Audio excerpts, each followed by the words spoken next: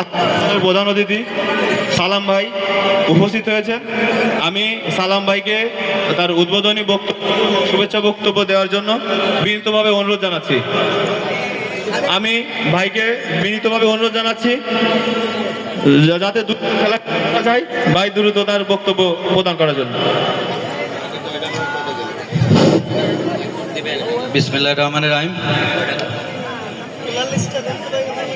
ফকিরহাটের ঐতিহ্যবাহী ফকিরহাট কলেজ, এই কলেজের মাঠে আজকে এই 8 দলীয় 8টি গোল্ড কাপ ফুটবল টুর্নামেন্টের আয়োজক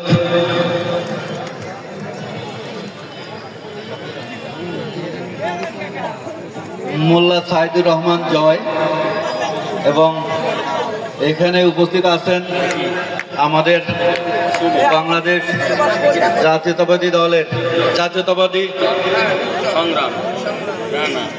জাতীয় ফুটবল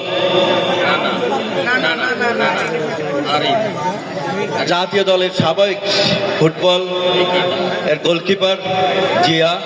এখানে উপস্থিত আছেন ফকিরহাট উপজেলা জাতীয়তাবাদী যুব দলের সম্মানিত সাবেক আহ্বায়ক রিপন। উপস্থিত আছেন সাবেক সদস্য সচিব দেলোয়ার, এবং আমার সাথে উপস্থিত আছেন খুলনা বিভাগীয় ক্রীড়া উন্নয়ন কমিটির অন্যতম যুগ্ম আহ্বায়ক এবং খুলনা ক্রীড়া পরিষদের সম্মানিত সদস্য সচিব রিঙ্কু। এখানে অনেক নেতৃবৃন্দ আছেন।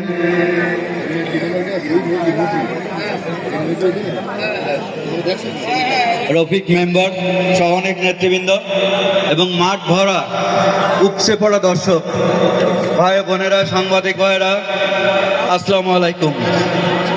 আপনারা সবাই জানেন যে এই